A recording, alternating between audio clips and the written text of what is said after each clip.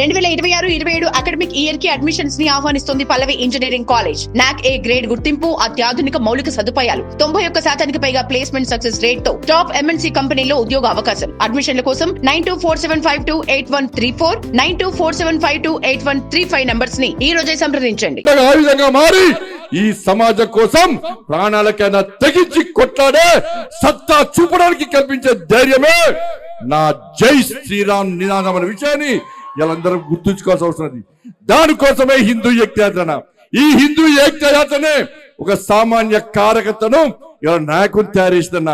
ఈ కరీంనగర్ గడ్డ మీద పుట్టినన్న. ఈ కరీంనగర్ రక్తం నా లోపల ప్రవహిస్తుందన్న. ఈ కరీంనగర్ గడ్డ యొక్క పౌరుషం ఈ బండి సంజయ్ లోపల చిన్న కార్యకర్తలన్న, సామాన్య కార్యకర్తలు. ఇలా టవర్ సర్కిల్లో కొట్లాడినా, గాంధీ చౌరస్తాలో కొట్లాడినా, నాక చౌరస్తాలో కొట్లాడినా, బస్ స్టాండ్ చౌరస్తాలో కొట్లాడినా, కోర్టు చౌరస్తాలో కొట్లాడినా, టవర్ సర్కిల్లో కొట్లాడినా, కలెక్టర్ లోపల కొట్లాడి, కలెక్టరేట్ లోపల కొట్లాడినా, అంతటా కొట్లాడన్నా. ఇలా చౌరస్తాలకు బ్యానర్లు కట్టానా, పోళ్లకు జెండాలు కట్టాలన్నా, బ్రష్ పట్టి వాల్ రైటింగ్ రాసినాక ఇలా జై శ్రీరామ్, జై భారత్ మాతకి జై అంటూ ఈ కరీంనగర్ మొత్తం చుట్టూ తిరిగినాక నా జీవితం మొత్తం కష్టాలే, నా జీవితం మొత్తం బాధలే అన్న. కానీ బాధపడ్డా అని చెప్పి ఎప్పుడు భయపడే వ్యక్తి బండి సంజయ్ కాదన్న. ఈ బాధను తట్టుకొని ముందుకు పోయే వ్యక్తే బండి సంజయ్ అన్న. ఎక్కడ భయపడలే అన్న, ఎక్కడ బాధపడలే అన్న. ఎందుకంటే నా వెనుక మీరందరూ ఉన్నారన్న. ఇలా మీ అందరినీ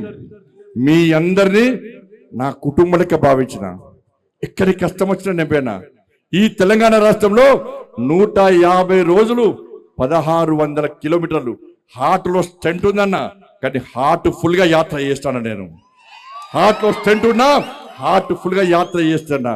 150 రోజుల పాటు 1600 కిలోమీటర్లు వర్షంలో తిరిగినా, ఎండలో తిరిగినా, చలిలో తిరిగినా, ఇలా తిరిగి ఈ తెలంగాణ రాష్ట్రంలో హిందువులందరినీ హిందూ ఓట్ బ్యాంక్ గా మార్చి హిందూ సమాజంలో చైతన్యం తీసుకొచ్చే ప్రయత్నం చేస్తాను.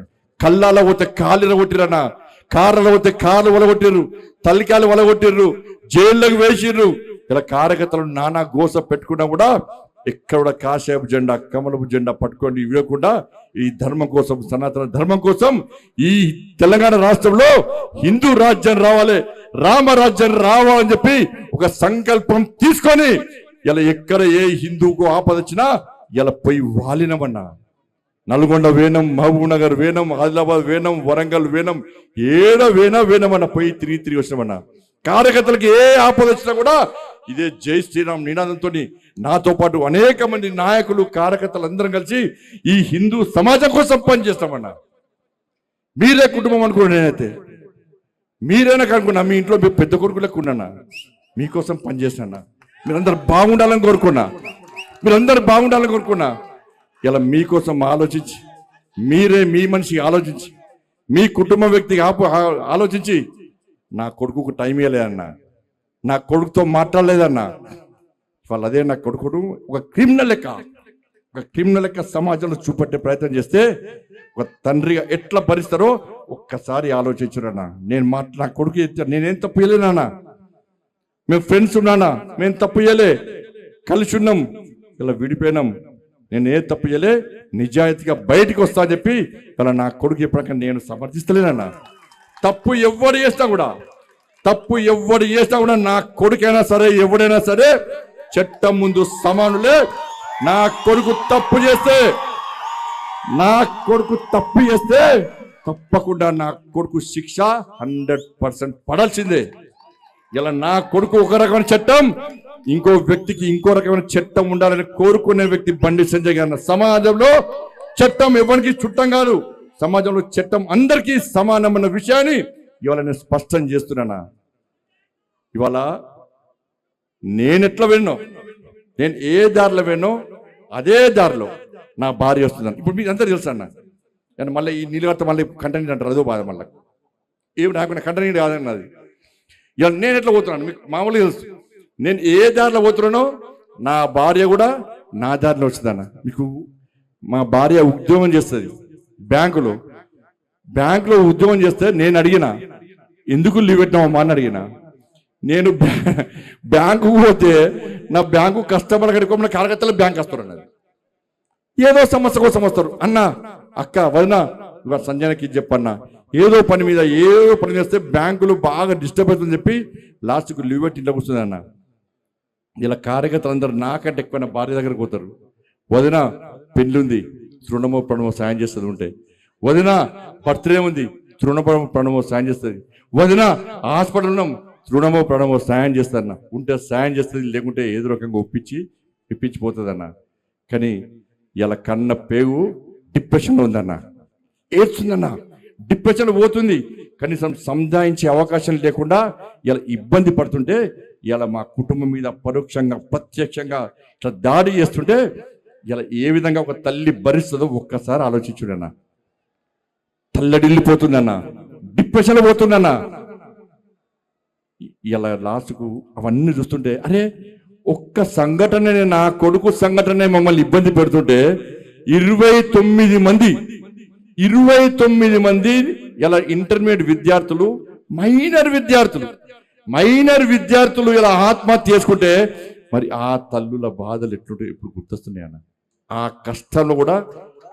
కష్టంలో కూడా వాళ్ళకు అండగా ఉన్న వ్యక్తి ఈ బండి సంజయ్ అన్న. ఒక అమ్మాయి అన్న, ఒక అమ్మాయి ఇంటర్మీడియట్ అమ్మాయి, అన్ని సబ్జెక్టులు హైయెస్ట్ మార్క్స్, కానీ సోషల్లో 0 మార్క్స్ అన్న. 95 సోషల్లో 0 మార్క్స్. ఇది తప్ప కాదా? ఆ అమ్మాయి కలెక్టర్ కావాలి, నేను ఐపీఎస్ కావాలి అని చెప్పి వాళ్ళ ఉన్న తల్లిదండ్రులు, పేద కుటుంబం, పొలమమ్మి పుస్తలమ్మి అన్నమ్మి ఆ పిల్లను డాక్టర్ చేయాలి, ఐపీఎస్ చేయాలి, ఐఏఎస్ చేయాలంటే గత ప్రభుత్వం మూర్ఖత్వం వల్ల ఆ పిల్ల 0 మార్క్స్ వస్తే ఆత్మహత్య ప్రయత్నం చేసుకుంటే కొన ఊపిరితో ప్రభుత్వం ఆత్మహత్య తీసుకొస్తే వాళ్ళ అమ్మ మెడలో పసుపు తాడు చూసినటువంటి ఆ తల్లి, అరే నా అమ్మ నన్ను చదివేయడం కోసం, నన్ను డాక్టర్ చేయడం కోసం, నన్ను ఇంజనీర్ చేయడం కోసం, నన్ను ఐపీఎస్ చేయడం కోసం, ఐఏఎస్ చేయడం కోసం పుస్తల తాడు కుదబెట్టి పసుపు తాడు వేసుకొని నా కోసం కష్టపడ్డది. నేను చచ్చిపోతే నా తల్లికి నా తండ్రికి అన్యాయం చేసినని చెప్పి కొన ఊపిరితో నా తల్లి, డాక్టర్ గారు నన్ను బతికించండి, డాక్టర్ గారు నన్ను బతికించండి ఆ డాక్టర్ను వేడుకున్న సందర్భం చూస్తే మానవత్వం ఉన్న ప్రతి మనిషి చెలించక తప్పదన్న. కానీ ఆ తల్లి చనిపోయిందన్న. ఇట్లా 29 మంది చనిపోయారు. తిరుగుతున్నా, వాళ్ళని కూడా మళ్ళా కలుస్తా, వాళ్ళందరినీ చేరదీస్తా, వాళ్ళందరిలో కూడా భరోసా నింపుతాన్న. ఇలా భయపడే వ్యక్తి కాదన్న. ఇంత పెద్ద సమాజం, అరే శ్రీరామచంద్రుడికే అరణ్యవాసం తప్పలే, సీతమ్మ మీద అపవాదాలు వేస్తే సీతమ్మని అడుగు పంపి ఇవాళ రాముల వారు అరణ్యవాసం చేసి ఇలా తప్పుడు కాదని నిరూపించుకొని ఆదర్శ రాముడు, అందాల రాముడు, అందరి రాముడు, మనందరి రాముడు లెక్క మనకు ఆదర్శ రాముడు అనే వ్యక్తి మన శ్రీరామచంద్రుడు అన్న. నా భుజం మీద కాశ్యపు జెండా ఉంది, నా శిరస్సు మీద అమ్మవారి ఆశీస్సులు ఉన్నాయన్న. ఇక్కడ భయపడే ప్రసక్తి లేనా? రే ఆంజనేయ స్వామికి నిప్పు పెడితే అదే నిప్పుపై లంకను మొత్తం ఎట్లా దానం చేసిందో ఇలా బండి సంజయ్ని గెలికిరి వాళ్ళ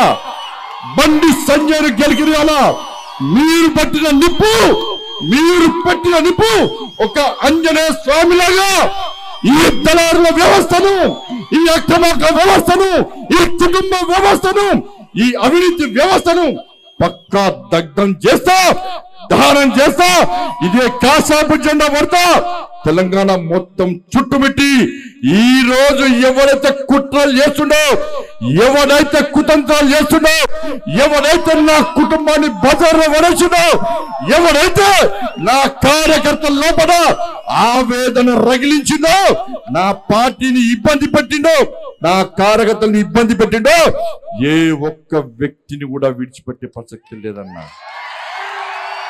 తప్పకుండా అదే జోస్తోని ఈరోజు హిందూ ఏకతా యాత్ర ఇంత ఘనంగా నిర్వహిస్తున్నామన్నా. హ్యాట్సాఫ్ మీ అందరికీ. మీరు అందరూ అనుకున్నారన్న బండి సంజయ్ బాధపడుతుండు, బండి సంజయ్ బాధపడన్నా, నేను బాధలు పడ్డోనే అన్న, నేను బాధలు భరించడునేనా. ఏ రోజు నా జీవితంలో ఎంజాయ్ చేయలేను. నేను ఏదైతే జెండా పట్టిందో అప్పటి నుంచి నేను పడ్డాయన్ని కూడా కష్టాలే అన్నా, నేను పడ్డంత కూడా బాధలే అన్నా, నేను పడ్డంత కూడా ఇబ్బందులే అన్నా. కానీ ఏ రోజు మీకు బాధలు చెప్పుకోలే అన్నా. ఈ సమాజమే నా కుటుంబం భావిస్తున్న తరంలో నా కుటుంబం మీద రాళ్ళేసి నా కుటుంబాన్ని బజార్ పాలు చేస్తే తప్పు నాదన్నా. మీ అందరికి క్షమాపణలు నేను చెప్తున్నాను. ఎందుకంటే నా కొడుకు టైం ఇవ్వలే, నా కొడుకుతోనే మాట్లాడలే. మీరే తమ్ముళ్ళు అనుకున్నా, మీరే కొడుకులు అనుకున్నా. పొరపాటు చేసింది నేనన్నా. నా కొడుకు టైం ఇవ్వకపోవడం పొరపాటు నేను చేసిన. నేనే నాకు తప్పు చేసింది. నేను క్షమాపణ చెప్తున్నాను మీ అందరికీ. కానీ తప్పు ఇవ్వకుండా బయటకు వస్తానని నా కొడుకు నాకు మాట ఇచ్చిందన్న. తప్పకుండా వస్తాను మాట ఇచ్చిందన్న. నిజంగా తప్పు చేస్తే నా కొడుకును కూడా నాకు క్షమించన్న. ప్రసక్తి లేదన్న. కాబట్టి దయచేసి తప్పుడు ప్రచారం నమ్మకండి. మన జోష్ దక్కించుకోవాలన్న. భయపడేవాడు, బాధపడేవాడు హిందూ కాదన్న. అందరికీ అబండాలు వచ్చినాయన్న. అందరి మీద అపవాదులు చేసిరన్న. మన కుటుంబాల మీద అపవాదులు చేసిరన్న. కానీ భయపడి ఇంట్లో కూర్చుంటే రాక్షసులు ఇంకా రాక్షసులు అవుతారు. ఇలా రాముల వారసులమైన మనమందరం ఇంట్లో కూర్చుంటే ఇబ్బంది వస్తాయన్న. మనంతా రాముడు వారసులమన్నా.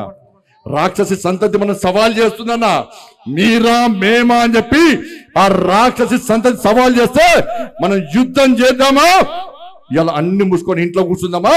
ఒక్కసారి హిందూ సమాజం ఆలోచించాలి. అలా హిందూ సమాజం జాగృతం కాకుంటే హిందువులందరూ ఇంట్లో కూర్చుంటే ఇలా బెంగాల్లో అనేక మంది నా కార్యకర్తలు, ఈ ధర్మం కోసం పనిచేసే కార్యకర్తలు, కాసేపు జెండా పట్టుకునే కార్యకర్తలు, హిందూ సమాజం కోసం పనిచేసే కార్యకర్తలను బంగ్లాదేశ్ నుంచి వచ్చి హతమార్చిన విషయాన్ని అలా హిందూ సమాజం మర్చిపోతున్నా. కేరళలో హతమార్చారు, తమిళనాడులో హతమార్చారు. ఈ తెలంగాణ రాష్ట్రంలో దేవాలయం మీద దాడులు జరుగుతున్నాయి, హిందూ సమాజం మీద దాడులు జరుగుతుంటే ఒక వర్గం ఓట్ల కోసం, ఒక వర్గం కోసం రాజకీయ పార్టీలు తాపత్రయపడుతుంటే ఒక హిందూగా మీరు గెలిపించిన మీ నాయకునిగా, మీ ప్రజా పద్ధతిగా ఏ ధర్మం కోసం, ఏ సనాతన ధర్మాన్ని కాపాడడం కోసం, హిందూ ధర్మ పరిరక్షణ కోసం నన్ను గెలిపించారో దానికి మాత్రమే కట్టుబడి ఉన్నదప్ప వేరే ఉద్దేశం కాదన్న విషయాన్ని గుర్తుంచుకొని దానిలో భాగంగానే ఇలా హనుమంతుని వారసులుగా, శ్రీరాముని వారసులుగా హనుమాన్ జయంతిని స్ఫూర్తిగా తీసుకొని ఈ కరీంనగర్ గడ్డ మీద ఉత్సాహంగా, ఉల్లాసంగా, ఆవేశంతో, ఆలోచనతో జై శ్రీరామ్ అని గర్జిస్తూ, భారత్ మాతకి జై అని గాంధిస్తూ, రామ లక్ష్మణ జానకిల ఆశీర్వాదంతో ఈ హిందూ ఏకతా యాత్రను ప్రతి సంవత్సరం నిర్వహిస్తున్నా. దానికి తరలి వచ్చిన మీ అందరికీ, ప్రతి ఒక్కరికి, ఎండగొట్టిన ఇంత చేసిన కథలు వచ్చిన మీ అందరు కూడా 2 చేతులు జోడించి నమస్కరిస్తూ మన స్వామివారి మంగళాశాసనాలు ఉంటాయి. ఇప్పటికే ఆలస్యమైంది. ఎక్కడ ఆపకుండా త్వరితగతిన తొందర ఏడుకోవాలి, ర్యాలీ చుట్టుకోవాలి. జోష్ లేదన్నా లేదా? ఇంత భారత్ మాతాకి మళ్ళా తగ్గిందే. జై శ్రీరామ్ మళ్ళా తగ్గిందే. జై శ్రీరామ్. చేతులు దండం మీద చేతురే. జై శ్రీరామ్, జై శ్రీరామ్, జై శ్రీరామ్.